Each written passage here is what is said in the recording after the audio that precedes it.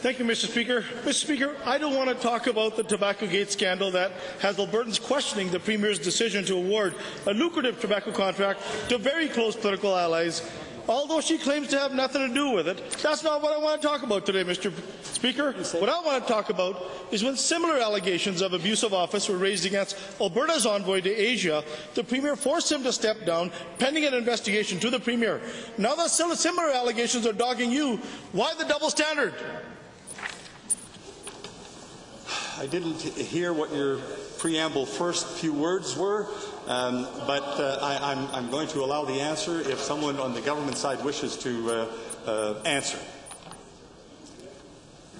All right. Honourable Leader of the Liberal Opposition, with your next supplemental. Mr. Speaker, the double standard is that this same Premier ordered Alberta's envoy to Asia to step aside and stay home. Honourable Leader, you know there's no preambles. I just indicated that, so please recast your question without preamble and proceed. Thank you. Mr. Speaker, given that the double standard is that this same Premier ordered Alberta's envoy to Asia to step aside and stay home until she could have the matter investigated, so this should be easy for the Premier. Madam Premier, will you order an independent investigation and step aside?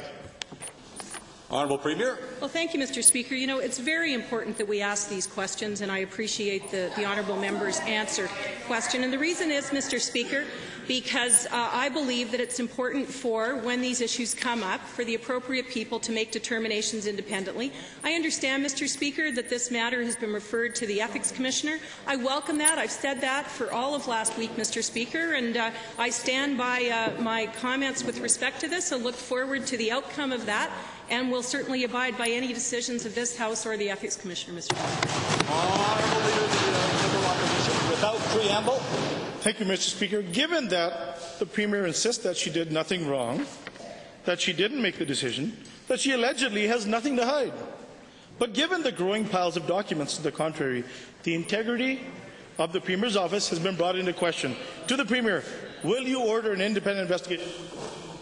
Honourable Member, let us move along here. We're going to the Honourable Leader of the New Democratic Opposition.